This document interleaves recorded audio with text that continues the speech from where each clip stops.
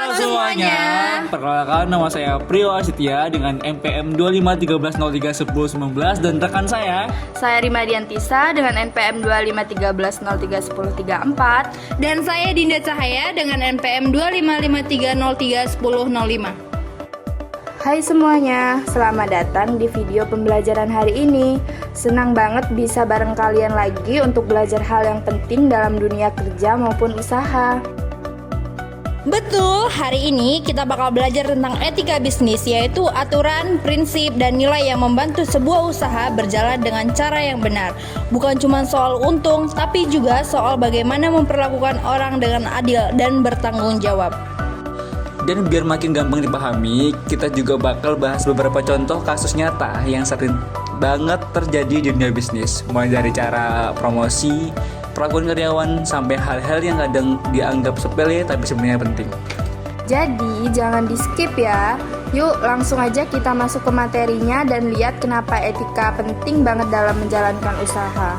Jadi kita bakal bahas tentang pengertian etika bisnis. Etika bisnis itu sebenarnya adalah pedoman bagaimana sebuah usaha harus dijalankan.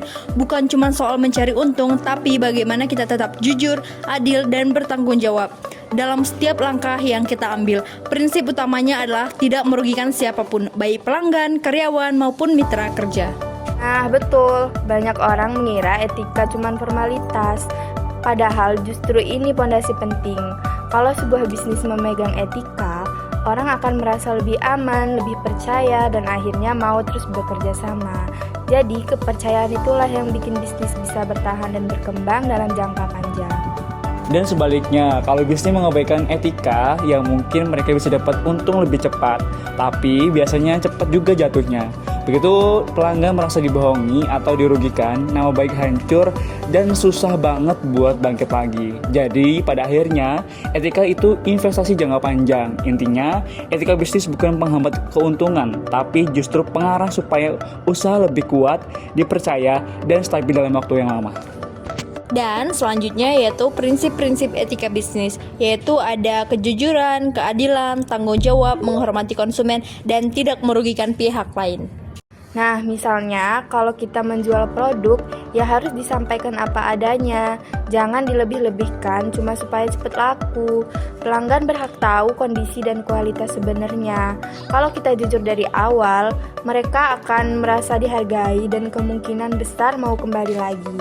Tapi kalau kita melebihkan fakta, mungkin laku sekali, tapi setelah itu mereka tidak akan percaya lagi.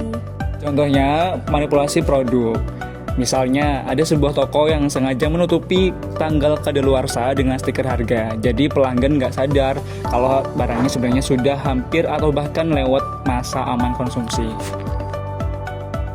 Itu jelas melanggar etika. Selain merugikan, tindakan itu juga bisa membahayakan kesehatan konsumen. Sekali toko bikin hal kayak gitu, artinya mereka lebih mementingkan untung cepat daripada keselamatan orang lain.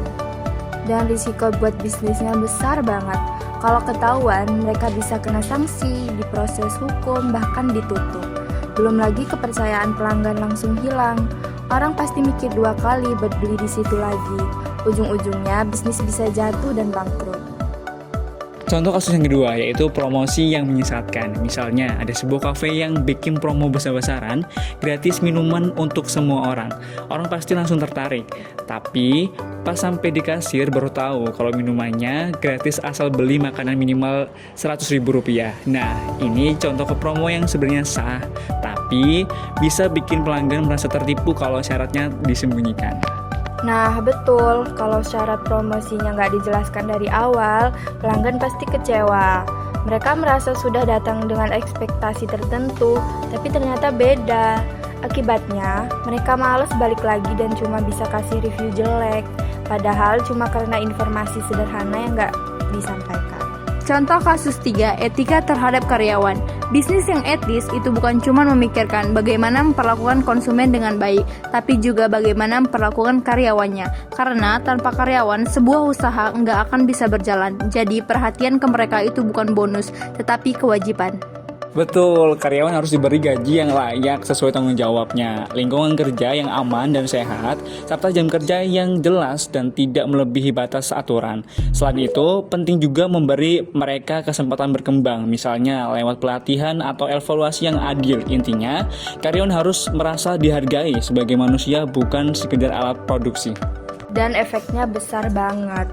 Kalau karyawan merasa aman, dihargai, dan nyaman bekerja, mereka cenderung lebih produktif, lebih loyal, dan lebih semangat. Akhirnya, usaha jadi berkembang lebih cepat dan hubungan antara pemilik bisnis dan karyawan juga lebih harmonis. Jadi, memperhatikan karyawan itu bukan beban, tapi investasi jangka panjang. Contoh kasus yang keempat yaitu perlakuan buruk terhadap karyawan. Contohnya begini, ada bos yang selalu menyuruh karyawannya lembur, tapi nggak pernah dibayar tambahan. Karyawan diminta kerja lebih lama, tapi dianggap itu sudah kewajiban. Padahal mereka juga punya waktu istirahat, keluarga, dan hak untuk mendapatkan kompensasi yang layak. Makanya, bisnis yang etis harus memperlakukan karyawan dengan adil. Kalau butuh lembur, ya komunikasikan baik-baik, tanyakan kesediaannya, dan berikan hak mereka. Karena kalau karyawan merasa dihargai, mereka bakal bekerja lebih maksimal dan loyal. Kalau enggak, bisnis bisa rugi sendiri. Jadi, intinya, etika bisnis itu bukan cuma teori yang dibahas di kelas atau ditulis di buku. Etika harus benar-benar diterapkan setiap hari dalam setiap keputusan. Mulai dari cara kita melayani pelanggan, memperlakukan karyawan, sampai cara kita menjalankan promosi. Karena tujuan utama etika bisnis adalah menjaga kepercayaan, keamanan, dan keberlanjutan usaha. Bisnis yang etis akan menciptakan lingkungan yang sehat, baik untuk konsumen, karyawan, maupun pemilik usaha sendiri. Kalau etika dijaga, bisnis bisa berkembang lebih stabil, dipercaya banyak orang, dan bertahan dalam jangka yang panjang. Tidak hanya mengejar keuntungan cepat, tapi membangun reputasi yang kuat dan hubungan baik dengan semua pihak. Terima kasih sudah menonton video ini. Semoga pembelajaran ini bermanfaat dan bisa diterapkan dalam kehidupan sehari-hari. Sampai jumpa di materi berikutnya.